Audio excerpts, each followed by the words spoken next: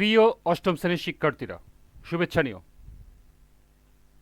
আজকে আমি তোমাদের 2025 সালের বিজ্ঞান বিষয়ের নতুন বই থেকে চতুর্থ অধ্যায় উদ্ভিদের বংশবৃদ্ধি এর অনুশীলনী থেকে সমাধান করে দেব। প্রথমে তোমাদের বলবো, যারা আমার চ্যানেলটি সাবস্ক্রাইব করো নাই তারা আমার চ্যানেলটি সাবস্ক্রাইব করবে এবং আমার সাথে থাকবে। তাহলে চলো আমরা ক্লাস শুরু করি। চতুর্থ অধ্যায় উদ্ভিদের বংশবৃদ্ধি অনুশীলনী।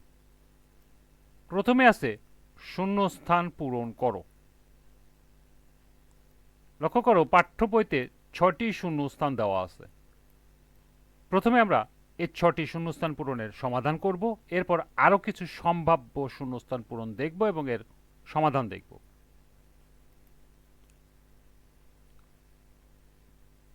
পাঠ্য বইয়ের শূন্যস্থান পূরণ 1, প্রজনন প্রধানত 2 রকম, ড্যাশ ও ড্যাশ।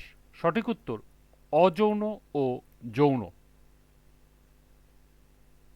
2, যখন একটিমাত্র গর্ভাশয় ফলে পরিণত হয় তখন তাকে ড্যাশ ফল বলে। সঠিক উত্তর সরল। 3, যে ফুলে ড্যাশটি অংশ থাকে তাকে সম্পূর্ণ ফুল বলে। সঠিক উত্তর 5টি। 4, পরাগায়ন দু ধরনের, ড্যাশ ও ড্যাশ। সঠিক উত্তর স্বপরাগায়ন ও পরপরাগায়ন। 5, একটি সম্পূর্ণ পুষ্পমঞ্জুরি ফলে পরিণত হলে তাকে ড্যাশ ফল বলে। সঠিক উত্তর যৌগিক ফল। 6, ডিম্বক পরিণত ফলে ড্যাশ পরিণত হয়। সঠিক উত্তর বীজে পরিণত হয়। এই ছিল পাঠ্য বইয়ের 6টি শূন্যস্থান পূরণ। এবার সম্ভাব্য কিছু শূন্যস্থান পূরণ। 7, পৃথিবীতে প্রতিটি জীব মৃত্যুর পূর্বে তার ড্যাশ রেখে যেতে চায়। সঠিক উত্তর বংশধর। 8, ড্যাশ মাটির নিচে ভূমির সমান্তরাল অবস্থান করে। সঠিক উত্তর রাইজোম। 9, অঙ্গজ জননে উৎপাদিত উদ্ভিদের ড্যাশ মতো গুণসম্পন্ন হয়। সঠিক উত্তর মাতৃ উদ্ভিদের। 10, যে ফুলগুলোয় বৃত্ত থাকে না সেগুলোকে ড্যাশ ফুল বলে। সঠিক উত্তর অবৃন্তক। 11, ফুলের সবচেয়ে বাইরের স্তবককে ড্যাশ বলে। সঠিক উত্তর বৃতি। এবং 12, একটি গর্ভপত্রে ড্যাশটি অংশ থাকে। সঠিক উত্তর 3। এরপর আছে সংক্ষিপ্ত উত্তর প্রশ্ন। এখানে দুটি সংক্ষিপ্ত উত্তর প্রশ্ন দেওয়া আছে, দেখো। 1, অযৌন প্রজননের উদ্ভিদের জন্য গুরুত্বপূর্ণ কেন? এবং 2, আম গাছে কলম কেন করা হয়? তো চলো এখন আমরা এই দুটি প্রশ্নের সমাধান দেখে নিই। প্রথম প্রশ্ন ছিল অযৌন প্রজনন উদ্ভিদের জন্য গুরুত্বপূর্ণ কেন? এর সমাধান হলো, যে প্রক্রিয়ায় দুটি ভিন্নধর্মী জনন কোষের মিলন ছাড়াই জনন সম্পন্ন হয় তাই অযৌন জনন।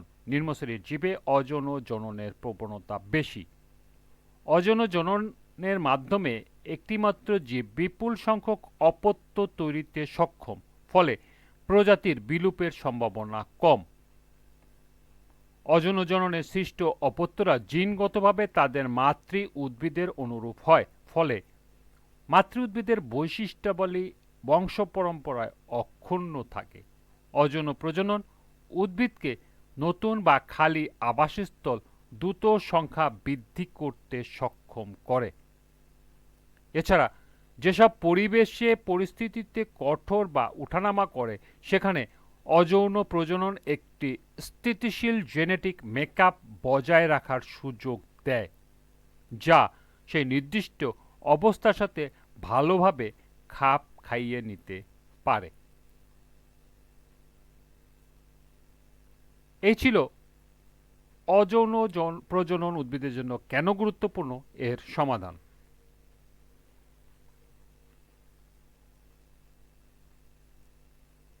এবার দ্বিতীয় প্রশ্ন, আম গাছে কলম কেন করা হয়?